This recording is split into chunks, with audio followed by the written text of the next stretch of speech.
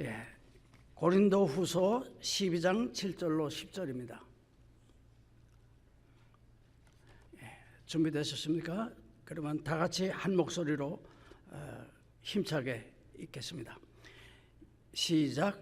여러 계시를 받은 것이 지극히 크므로 교만하지 않게 하시려고 내 육체의 가시 곧 사단의 사자를 주셨으니 이는 나를 쳐서 너무 자만하지 않게 하리심이라. 이것이 내게서 떠나게 하기 위하여 내가 3번 주께 간구하였더니 나에게 이르시기를 내 은혜가 내게 좋거도다. 이는 내 능력이 약한 데서 온전해짐이라 하신지라. 그러므로 도리어 기뻐하노라. 나의 여러 약한 것들에 대하여 자랑하리니 이는 그리스도의 능력이 내게 머물게 함이라. 그러므로 내가 그리스도를 위하여 약한 것들과 능력과 핍박과 근고를 기뻐하노니 이는 내가 약한 그때의 강함이라. 아멘.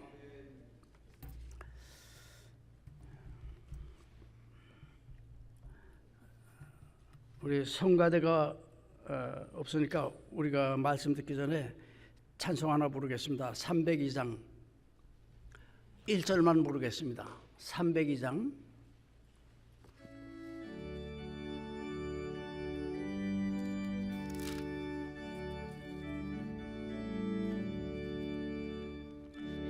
주 하나님 넓고 큰 은혜는 저 큰 바다보다 깊어 너고 다스릴 수 없는 은혜요 저 한가운데 가보라. 언덕을 떠나서 창파에 배 띄워 내 주 예수 은혜의 바다로 내 맘껏 달려가라. 제가 이 찬송을 부른 거는 오늘은 사도 바울의 놀라운 깨달음 그런 제목인데, 바울 사도는 원래 보통 수준은 넘을 정도로 잘 신앙생활을 하던 분인데, 그래도 그분도 인간인지라 새로이 깨닫는 게 있어요. 그래서 이제 그 찬송을 불렀습니다. 오늘은 좀 한 차원 높아지는 여러분들의 신앙이 됐으면 좋겠습니다. 가시라고 하는 것은 사람이 육체의 가시, 그 가시가 자기를 찔리기 때문에 괴로운 것입니다. 여기는 본문에서는 심지어 사탄이 시키는 그런 것이라 그런 대성을 했습니다. 가시를 말할 때 우리가 좀 더 범위를 넓혀보면 육체적인 가시뿐 아니라 정신적인 가시도 있습니다. 정신적인 가시도 육체를 아프게 하죠. 마음이 쓰리게 하고 눈물 나게 하고 한숨 쉬게 되고 낙심하게 되고 하니까 이런 모든 것을 우리가 생각을 할 때 가시라고 말할 수 있습니다. 그런데 가시라고 말할 때 글쎄요, 아무런 가시 자기 삶에 없다고 단언할 사람은 별로 없을 것 같습니다. 옛날에 볼티모어에서 한신의 권사 와서 집회하는데요, 병 없는 사람을 손 들어보세요 했더니 한 사람도 못 들더라고요. 그러니까 누구에게나 크고 작은 것이 있습니다. 또 심지어 하나만 아니고 둘, 셋이 겹칠 수도 있습니다. 그러니까 얼마나 괴로워요. 우리 장로교회 좀 창시자란 말은 저기 하고요, 장로교 체제를 만드신 분이 칼뱅 아닙니까? 근데 그분이 걸어 다니는 병원이라고 그랬어요. 얼마나 병이 많은지, 얼마나 고통을 하는지, 그런 가운데서 그분이 참 큰 일을 해서 우리들이 존경하는 분이 아닙니까? 이 사도 바울도 그가 말할 수 없는 일생 동안 거의 같이 살아온 그러한 가시가 있었던 것입니다. 그래서 이 가시 문제를 해결하려고 애를 쓰고 하나님 앞에 기도하고 또 인간이 할 수 있는 모든 일을 다 했지만 그것이 사람의 힘으로 되지 않는 걸 알아서요. 그래서 하나님 앞에 간절히 3번씩이나 기도했습니다. 근데 이 말씀 전에 보면요, 그가 어떤 체험을 했냐면 보통 사람은 생각지도 못하는 일을 은혜를 받았는데 그 엄청난 계시를 그가 받았다. 오늘 시작에 말씀이 그렇게 되잖아요. 그런 소위 말하는 바 삼층천, 그 삼층천은 뭐냐면 우리가 보는 별들이 있는 그런 하늘, 그 위에 또 하늘이 있고 최고 우주 공간이겠죠. 그런 것이 있어서 그런 차원에서 말하는 겁니다. 그래서 뭐 우리는 1층 전에도 못 가는데 2층 전은 상상도 못 하는데 3층 전에 갔어요. 그래가지고 그 계시를 봤는데 엄청난 계시를 받았기 때문에 그거를 말하면은 사람들이 이상하게 생각할까봐 얘기 안 한다. 또는 자기가 교만해질까봐 아마 그것도 얘기 안 하는 거 이유 중에 하나일 것입니다. 그런데 그런 한국에서 이제 자기 모든 앞뒤 거기를 점검을 하고 총정리를 했는데 그가 미처 깨닫지 못했던 것 새롭게 깨닫고 또 전보다 더 깊은 신앙의 자리에 갔다는 그의 의미가 있습니다. 그러면 여러 가지 있지만 여러분들 본문역에 참고하시면 보십시오. 첫째는 자신을 교만하지 않게 하기 위해서 하나님께서 가시를 주었다. 이 사실을 그가 깨달았습니다. 7절에 여러 계시를 받은 것이 지극히 크므로 너무 자고하지 않게 하시려고 내 육체의 가시 곧 사단의 사자를 주셨으니 이는 나를 쳐서 너무 자고하지 않게 하심이라. 그게 첫 번에도 자고하지 않게 또 마칠 때도 자고하지 않게 이렇게 말했습니다. 그러니까 얼마나 이 겸손이 중요하기 때문에 이것을 자기에게 주셨다 하는 것을 다시금 깨달은 거예요. 왜냐하면 그동안에 3번씩이나 하나님께 나에게 고통 있습니다. 이것만 제거해 주면 정말 하늘을 날 것 같습니다. 뭐 얼마나 기도했겠어요. 예수님께서 최후의 기도를 감람산에서 3번 하셨는데 아마 그거 본받아서 자기가 정말 피땀을 흘리면서 한 것 같아요. 그러나 하나님께서 그걸 들어주지 않으셨는데 왜 안 들어주실까? 왜 다른 사람들 내가 병 고칠 때 기도하면 낫고 이적과 기사가 나타났는데 왜 나 자신의 문제는 해결이 안 될까? 뭐 떼쓰는 사람 기도를 우리가 생각한다면 내가 다른 사람 병은 다 고치면서 왜 내 병은 못 고칩니까? 사람들이 나보고 어떻게 생각하십니까? 뭐 입장 바꿔놓고 생각해 보시면 뭐 그런 때도 쓸만하죠. 그런데 하나님께서는 그 기도를 들어주지 않았거든요. 그러면 왜 그러냐? 하나님께서는 사도 바울이 다른 사람보다 더 많은 은혜를 끼쳤고 더 많은 일을 했고 정말 놀라운 일들을 많이 했기 때문에 그리고 선교 운동도 많이 했기 때문에 이만하면 됐다. 나보다 더 많이 한 사람이 있으면 나와봐. 이런 교만이 들 수 있죠. 바울 사도가 겸손했지만은 더 그런 데 빠지지 않기 위해서 그렇게 한 것입니다. 여러분들은 뭐 그 정도 하시면 겸손에 대해서 많이 강조해서 잘 이해가 되는 줄 압니다. 적용되는 예화 하나로 말씀드리겠습니다. 세종대왕 때 재상으로 요새로 말하면 장관 또 좀 옛날 말하면 대신을 지난 분이 맹사성이라는 분이 계셨습니다. 맹사성 이분이 과거 시험을 봤는데 급제하기도 어려운데 장원급제한 거예요. 1등으로 한 사람 뭐 보면은 말에다 태우고 꽃도 여기다 꽂고 뭐 그렇게 하잖아요. 그러니까 뭐 앞으로 그 장래가 촉망되는 그런 사람이었잖아요. 그런데 이 사람이 똑똑하고 그 지혜가 있는 사람이니까 그래도 그 나름대로 겸손을 지켰어요. 그래서 그 사람이 파주에 요새로 말하면 그 현감으로 갔는데 군수격, 내가 이거 처음으로 부임한 데서 실수하지 않고 이왕이면 잘하고 칭찬받는 현감이 돼야 되지 않겠나. 그래서 생각한 끝에 그 마을에서 그 전체 지역에서 제일 지혜롭고 존경받는 사람, 그분한테 가서 한마디 듣겠다. 그리고 찾아갔어요. 뭐 찾아간 자체도 겸손한 사람 아니에요? 그래서 이제 가가지고 인사한 다음에 제가 새로 부임한 맹사성이라는 사람입니다. 그런데 내가 찾아뵌 것은 귀한 말씀, 앞으로 내가 어떻게 정무를 해나갈지 그거에 대해서 도움이 될 이야기를 해 주십시오. 그랬더니 이렇게 찾아와서 고맙다고. 그러더니 그 핵심에 가서 한 얘기가 착한 일 많이 하고 옳은 일 많이 하십시오.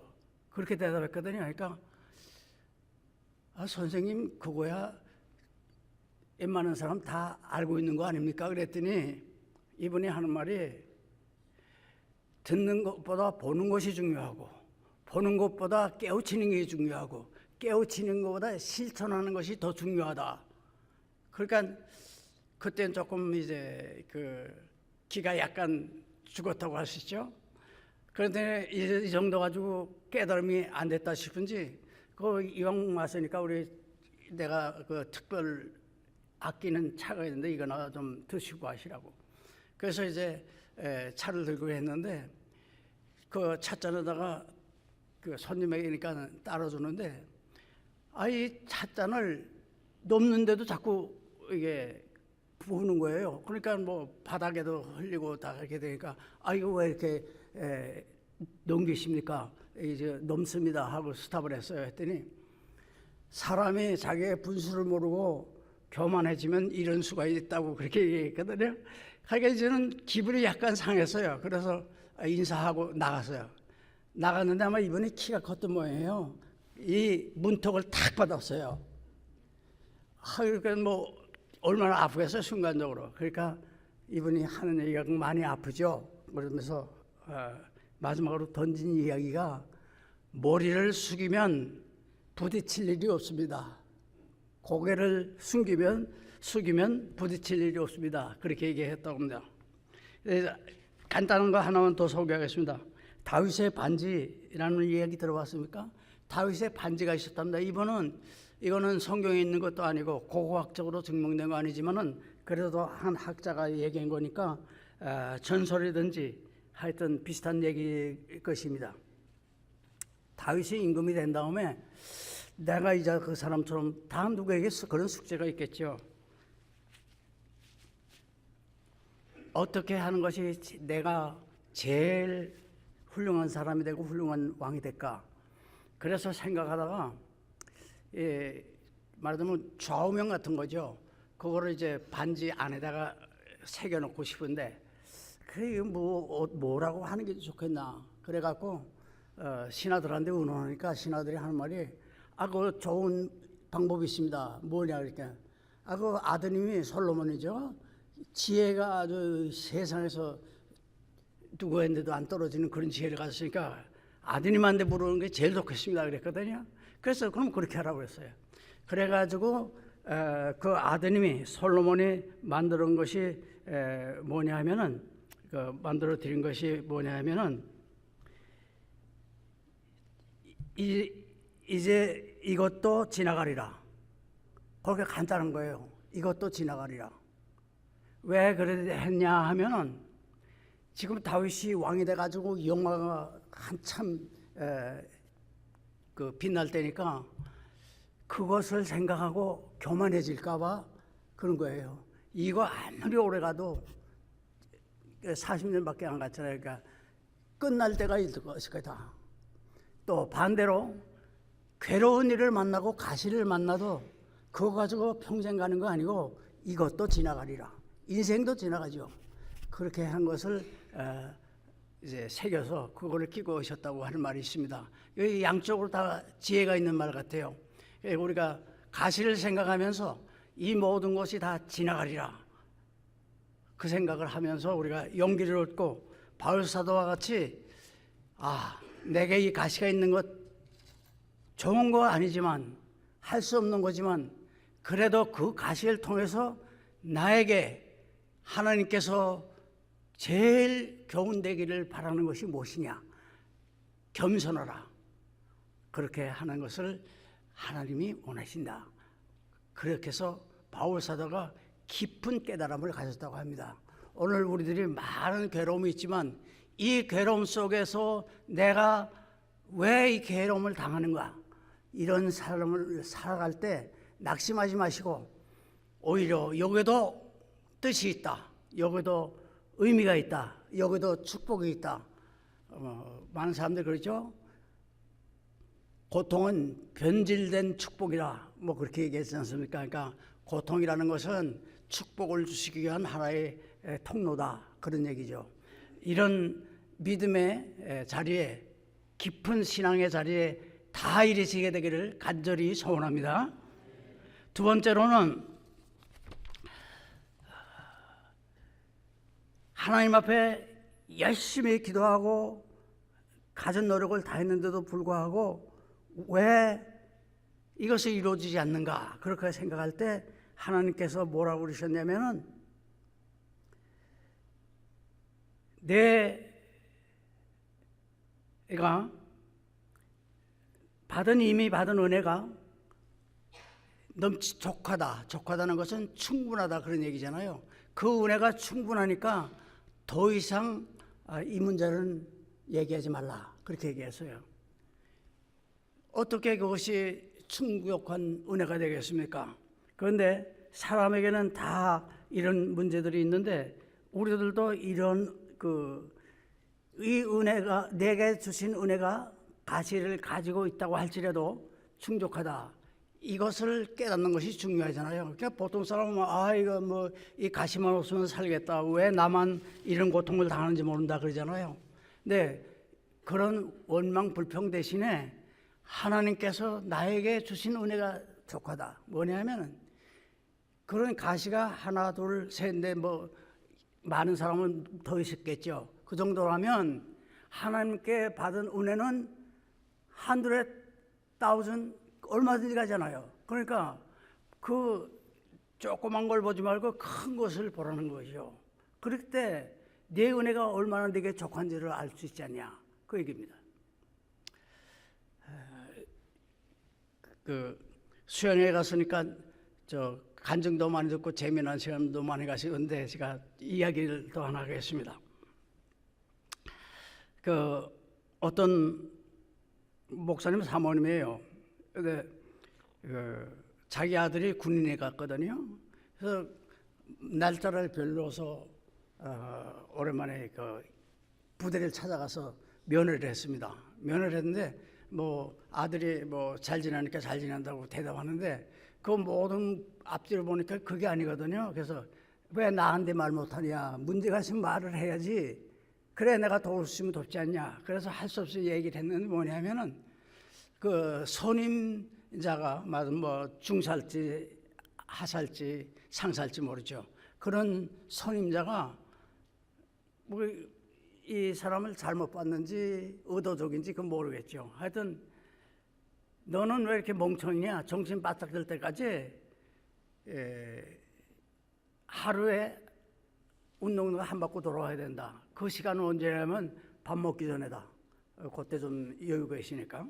그래서 그걸 도는데 이 아들이 천식이 있대요. 그러니까 얼마나 뛰면은 기침 나고 숨차고 그랬잖아요. 그러니까 괴롭겠어요. 그래서 좀 힘들다고 그 얘기를 했거든요. 그 얘기를 들으니까 그 엄마가 마음이 얼마나 아프겠어요. 근데 그렇다고 지금 같으면 상관한데 얘기할 수 있겠지만 그때만 해도 그래서 의뢰이 감당해야 될 거라 생각하니까 말 못하고 집에 와가지고 새벽 기도에 갔다 오면서 매일 그 옆에 있는 국민학교 운동장에서 달렸답니다. 달려가면서 이 선임자의 마음을 누그러뜨려 주시고 착하게 해주시고 괴롭히지 않게 해달라고 기도했어요. 그러면서 쭉 지났는데 하루 편지가 왔어요. 얼마 안 지나서. 그 편지를 뜯어보니까 엄마 좋은 소식이 있습니다. 뭐냐 하면은 내가 전에는 뜀박질할 때 가다가 숨차서 스탑해가지고 좀 걸어가다가 다시 뛰고 그랬는데 언제부턴가 이제는 한 번도 쉬지 않고 다 달릴 수 있다고 그래요. 그렇지 않아도 전에는 늦게 왔다고 오늘은 식사 못해까지도 했는데 이제는 그거 당당히 된다요. 거기서 머물지 않고 이거 신나잖아요. 그래서 만나갖고 고맙다고 격려하면서 그 이야기를 했어요. 내가 천식이 있었는데 이렇게 날 덕분에 날 고쳐서 고맙다 그러니까 이 사람이 또 가만히 있겠어요? 그럼 내일부터 뛰지 말라 그랬다 그럽니다. 그런데 이분이 받은 은혜는 뭐냐 하면 상사의 마음만 고쳐진 게 아니고 그 선임자의 그 좀 악독하다면 악독하다 해서 심한 그런 것을 고쳐주고 해결해 주신 것뿐만 아니라 그가 갖고 있던 가시와 같은 이런 천식이 나왔으니까 얼마나 감사해요. 할렐루야입니까? 이거 저 아멘도 안 하네. 박수 한번 하겠습니다. 예. 그러면 이제 세 번째로 가겠습니다. 짧게 좋으시죠, 여러분들? 금방 마치도록 하겠습니다. 세 번째는 9절, 10절 조금 요약해서 했습니다. 이는 그리스도의 능력이 내게 머물게 하려 함이라. 내가 약한 그때의 강함이라. 하나님께서 능력을 주셨는데 바울 사도에게 그 능력이 계속해서 머물도록 하겠다. 얼마나 좋아요.